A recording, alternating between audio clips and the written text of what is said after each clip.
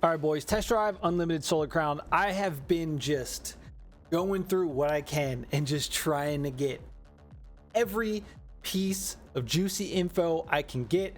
And I found some things. I've even translated some websites and some articles from French. Now I know a lot of the big things right now is housing's not till after launch and people are upset. I get it's part of the test drive Unlimited experience. But look, I found some info that I haven't seen some other people talk about, and maybe a possible hint at Pagani, which we haven't seen confirmed yet. Okay, but I'm gonna throw the trailers up in the background from the official trailers. All right, but online only. A lot of people are hung up on online only, crossplay, and no houses. Look, I get it. Online only. It's just kind of what the world is shifting towards. All right, like I get it. The whole offline thing, we're going to talk about an offline patch. We're going to talk about all this stuff. I mean, mainly they're doing content every 3 months and they want to support it for at least 10 years. That's their goal, right? Depending, I guess, on how successful it is, right? You need anti-cheat. And if it's always online, you can do anti-cheat. And then if somebody does hack or does something, because you got to keep in mind, they've said 100 to 200 hours of grinding to get one car. Now, I know a lot of you think that's too much, but this ain't Forza. This is test drive, okay? A lot of you complain about the houses as well. If it's gonna take you 100 to 200 hours just to get like one Bugatti, ain't no way you're gonna just be stacking mansions. Let them do their thing and focus on the game and get that going. And then 6 months to a year later, let them drop some houses. Like, you're not gonna have the money by then anyway, unless you play this game every day. So like, chill on the housing. It's not that big of a deal. Crossplay, I get. You want to play with your friends. You're on PS5 or Xbox and your buddy's on PC, whatever. Just they've pretty much mentioned it's going to come after launch. Okay, but look, we're going to get into this stuff. So let's get into the first one. They have stated, and now this is all pulled from all kinds of different articles. Game Riot, which we've tagged in our last video, he's got some exclusive gameplay he's put up. AlexVII got some exclusive gameplay that I haven't covered. I'm sure you've seen it by now. I think it came out yesterday, 2 days ago. We'll probably get to it at the end of it. We'll tag him, but you have to see it if you haven't seen it, and the link's in the bottom if you don't want to wait. It's really good. Props to Nakon for going around and giving everybody little. It's like putting together a puzzle, man. But anyway, look, their plans are every 3 months after launch to add content to the game. Okay, and there's going to be no microtransactions, so you can't just hop in and buy credits and buy the cars. They're going to make you work for it, which I think is fair, especially since they're going to make this game the Solar King, the Solar Queen. Every 3 months is going to be a competition. You get exclusive cars, all that stuff. But I mean, they're talking about every 3 months for, I remember somewhere they said 10 years, which is crazy. All right, every 3 months, new content. So it's kind of like the Crew Motorfest with their seasons. Now, I know they're going to have a solar pass. We're still waiting on exactly what that's going to be. Kind of curious what they're going to put in that solar pass. We'll have to see. We'll have to wait and see. So this talks about basically how they're saying it could take 100 to 200 hours. This was based off a playtester to get high-end cars. And I know a lot of you have been worried about game modes as well. I found some info about, because a lot of these guys that went and played it for 2 hours are like, well, I had to repeat the same races. There wasn't a lot to do. I found some things that's going to make single player and old TDU heads a little happy, okay? But we'll get into it. Also, performance mode, quality mode, actually really impressive. We're going to keep going through the slides here, okay?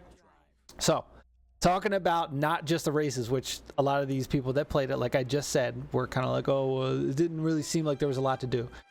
If this game is going to take 100 hours to get cars, like, it's not, this is a demo. They're not going to just throw everything at you, all right? So your racing schedule will also include meetings, transport missions, and convoys, okay? You will become a respected member of the Solar Crown by standing out and getting yourself known.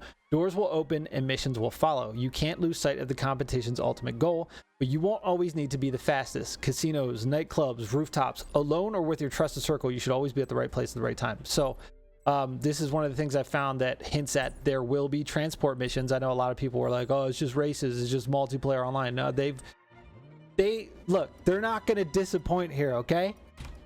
Now, I did say, I think max at launch is level 60, and you can go, if you want to switch from like streets to sharps, your reputation for that clan will go back to 0. You level your player and your clan. Okay, so another thing about the solo events, okay, there will be solo events with time trials, radar challenges, other events, as well as a very big exploration part. Okay, 60 maximum level at launch. There's a lot of things to do while visiting the island.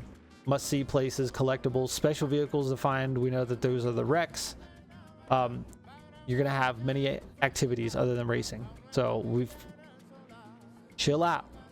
It's gonna be there. I know some of these articles that just came out when the release date trailer came out or the day after, they're a little harsh. Like, they're not gonna show you everything. We don't know everything yet. Okay, now I don't know, I'm pretty sure the interviewer person wrote this wasn't quoted from I think his name's Elaine, like the head guy, but it says, while they want you to play for many hours to earn enough cash to buy a Pagani Zonda, for example, they won't gatekeep the applicable hypercar races quite so hard.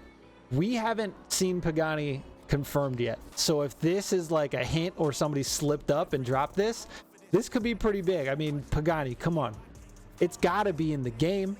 You know, they said what, 100 cars, a little over 100 cars at launch. I think we know of like 68 or something, maybe 70 so far, so we're still missing some stuff. Another thing for the whole single player options, okay, there will be car specific events such as the race we encountered that demanded we first go and grab a cheap and cheerful 500 a Barth. I think the next one, I don't know, we'll talk about when we get there. There's manufacturer and car specific races, okay, on top of, you know, it's not just the multiplayer races, not just racing against other people and the AI. Okay, I know a lot of people have been like, oh, there's nothing to do. It's in there. Chill. So this, if you don't know, matchmaking plus they have AI racers. That's been a thing. So obviously this talks about going from bronze, silver, up through to the solar court, which grants access to a special featured car and ultimate flex to demonstrate their racing prowess. Now it talks about access to a special featured car. I'm assuming once you rank up high enough, you could probably buy, you know, something. It's not going to give it to you. And then they're also talking about every 3 months, a new player per region, per console. So it could be PS5 in America, PS5 in Europe, like different regions. Each can be a solar king or queen. And it sounds like you're going to get rented like a really good car for the next competition the next month for the next 3 months. It doesn't seem like you keep it, kind of from what the wording seems like. So this talks about the realism. They're talking about terrain, time of day, weather cycle. You're going to feel it in the impact of driving, dry road, grip. When it's wet, it'll be more difficult. They're just two-wheel drive, all-wheel drive, power of the car. There will be everybody's going to be on the same time on the server. Everybody's going to be on the same weather. Weather is dynamic, and I know a lot of people have picked apart some of the trailers. If you look back at, I think it was the Cruiser trailer, there's like a storm at night with the wind, like the trees are moving. So a lot of people are like, nothing's moving. Some of this stuff, it seems like when they're putting these trailers out, they kind of like, all right, well, we showed that, let's cut that back and then show this. They've been polishing the game. Or nothing we've seen has been a final build. All right, keep your faith. I know it's hard to these days with all the times we've been screwed on video games these days. I'm not trying to like overly hype it up, but I think it's going to be good. All right, so talking about the frame rate, there's two. There's performance and quality we'll get to when we get to that slide, but one of the reasons why we got a big delay, they spent 10 months focusing on optimization and to get as much frame rate as possible. I'm glad they did that. I'm glad they got the game running right. They said they've worked on the servers a lot too to make sure we'll get to that. But if you're wondering, there you go. This talks about why they did online only. Obviously, it's an MMO. It's social. It's a thing. They wanted to have more control over cheating, okay, so they can react and fix it. Because again, they'll have updated, deployed every 3 months in terms of content, game mode being fixed, bug fixes, all that stuff. These will be major updates each time. You hear that? Major updates each 3 months. Pretty excited about that, all right? Now, major is a pretty strong word, so we'll see what happens, all right? But it says we'll talk more about it at the time of release for what's planned for the first year. But in any case, we need to be online for all that. I don't know why. Like, I get it. Like, online only is bad. We're going to get to the part where they talk about not winding up like the crew and being shut down forever. But like, everybody's had internet for so long now. What is the issue? You're always connected online anyway. I get you want a single player game, but like, come on, this is a social game. Stop your bitching. Come on, appreciate that we're getting a different type of racing game in this day and age that is going to push other games and other companies to be better. That's how you got to look at it, man. Come on. So here we go, talking about the crew shutdown. Okay, we'll read the whole thing. With this desire for online only, are you not afraid of the same scandal as for the crew with the closure of the servers? Now, I translated this from French, okay? With the crew, they put the servers offline at the end of the game, and the players complained. So it's a problem to take into account the end of a game's life, but we're not there yet. We are already focusing mainly on the release, which is getting closer. Also, it's a game that we want to develop in the long term. It feels weird to talk about the ending when the game hasn't even been released. We love to keep it alive like a GTA with updates every 3 months and community engagement. If possible, we will make updates for 10 years. This game would be so freaking good if they updated it for 10 years and just gave us map expansions, new cars, new stuff to do, new game modes, new competitions. You know, like right now we don't really know what's going on with the casino. We haven't seen anything since like the initial trailers. I know AlexVII, if you watch him, if you're not watching him, he's the TDU guy. Come on. They deciphered the thing. It was Trip to Ibiza in the release trailer. It was like they used that like decipher code from the missions. Pretty close. Could be, because I don't think, from what he said in the video, like there's no gambling on Hong Kong. I don't know. I haven't Googled that information. But if that's the case, and then we fly to Ibiza, and even if at first we don't have like the full island, but the casino's there, we can drive a little bit around the casino, and then they open it up. Who knows? But like 10 years, so much could happen. It's taken them 6 years to develop this game from scratch. So in 10 years from now, with everything already in place, we could get a ton of stuff. Think about that. Think about that.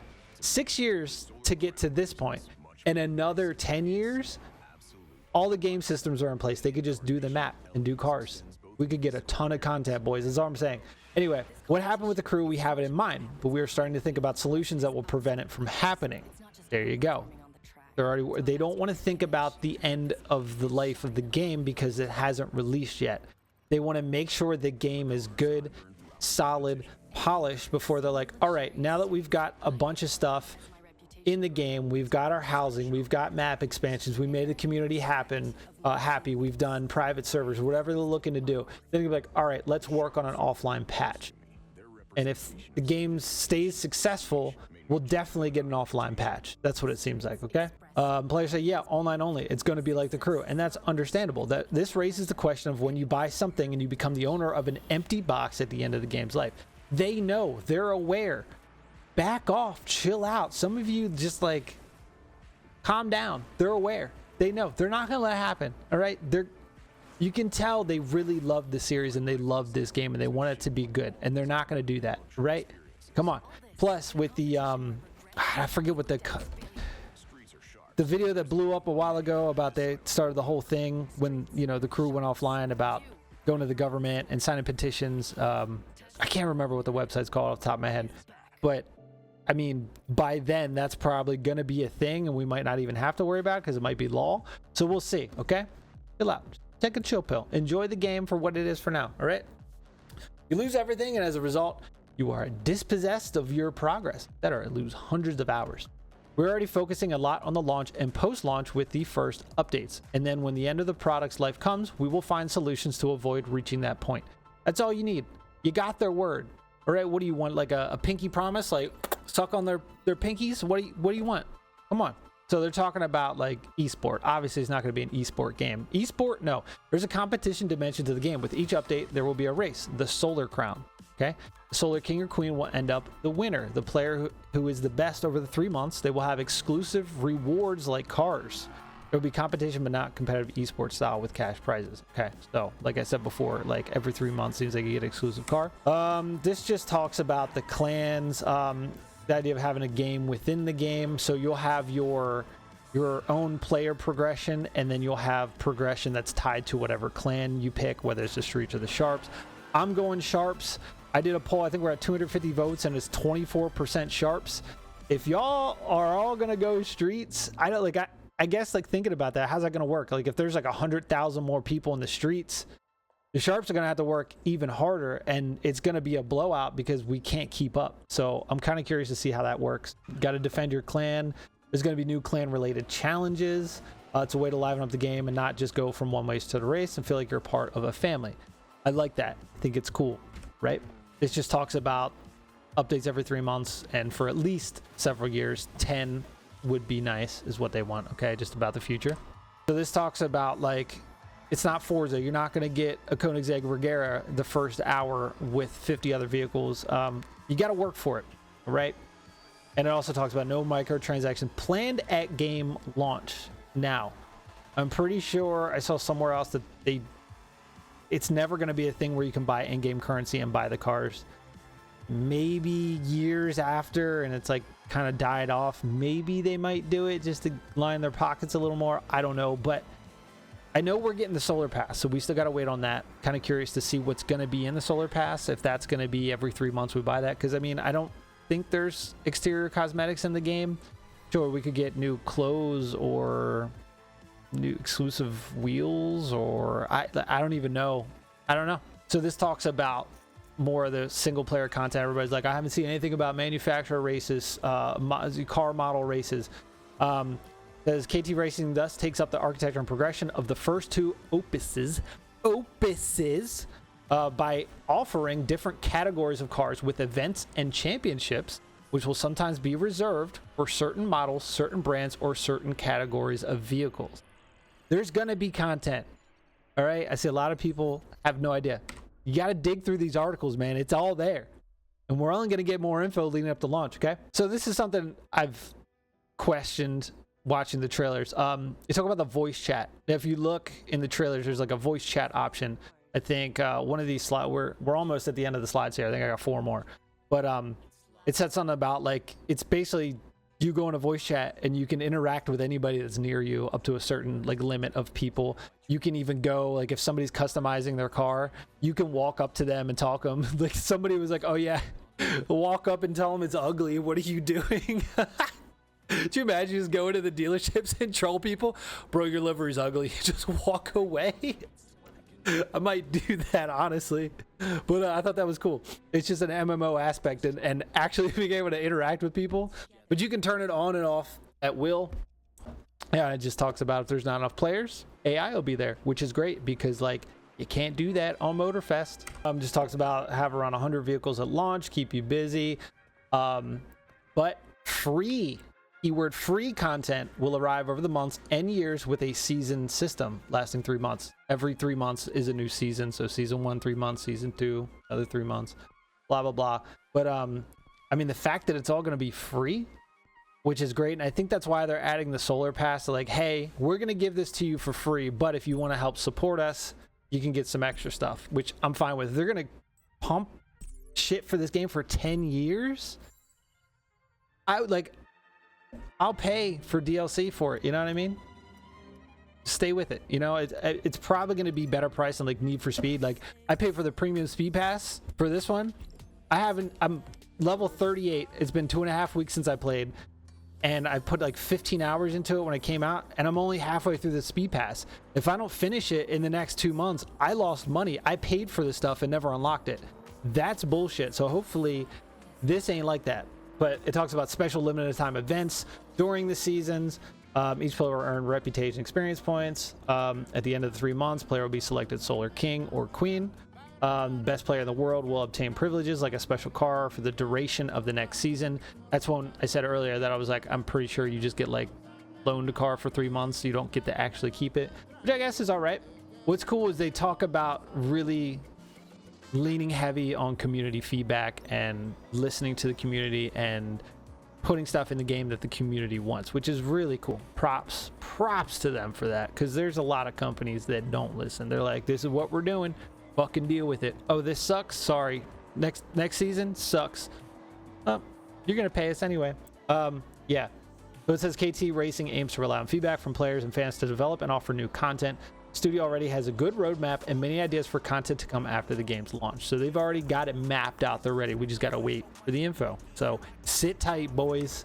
You still with me? We got 2 left. All right. I know it's a lot of info here. So this talks about the quality and performance modes, which I haven't really seen anybody talk about. Kind of hidden in all the stuff. Okay. Driving is clearly a strong point of the game and is the modeling interior and exterior of the vehicles, very high quality. Sound, which I think the sound so far from what we heard, oh my God, so good. Small details like flashbacks, everything is meticulously reproduced identically. On the technical side, the game seems stable and very pretty. The studio has already confirmed that a quality mode will be offered on consoles with 4K 30 FPS. What's really cool is the performance mode 2K 60 FPS, which we are told is particularly impressive. I mean, 2K, you're looking at 1440p. All right, like that's what I render all my videos in. Like 2K is, you're really not going to notice the difference if you just got a regular old monitor. Like I have a 4K monitor, but like going from 2K to 4K, you don't really notice a difference. So 2K at 60 frames, I feel like is going to be the way to go over 4K 30.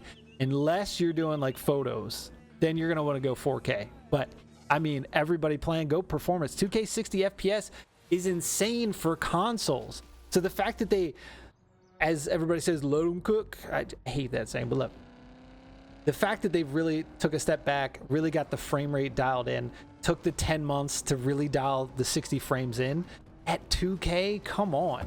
This is amazing. Come on. This just talks about, I want to say that he was talking about where he went, but I don't know if it's for the whole map. I mean, regardless, 200 across the whole map is still a big number. But it says, during our gameplay session, we were led down one of the trails, which are essentially gravel walkways, and it's here where over 200 collectibles could be found. So I'm assuming that just in that spot, there's 200 collectibles, which is crazy. All right, I got 3 more. All right. So this talks about the time and weather are dynamic and are also synced between all players. So that, because like we talked earlier about how that, you know, wet road, you're gonna notice it in the driving physics and how it affects the cars. So it's only fair that everybody on the server experiences, like if somebody's on a server and they got dry conditions, you got wet, you're gonna have a bad time. So they sync that up. They've also talked about traffic being dynamic depending on the time of day. Like if it's morning rush hour, there's going to be more traffic than say midnight 1 a.m. Okay, so a lot of people are like, oh, they need more traffic. It depends on the time of day, and a lot of these builds that they've shown have been different. Don't worry, in the release trailer there was a ton of traffic. All right, up to 8 players in the workshop where you can modify your cars. We talked about the voice chat, so you can see up to yourself plus 7 other players in the workshop. Okay, up to 12 players in free roam. They said that's around you at one time. You can, it's not going to be locked to just 12 people in that area. I would assume, because I read another article where it said you could see up to 12 players in your area at a time. So you could meet up with 11 other people and have a cruise.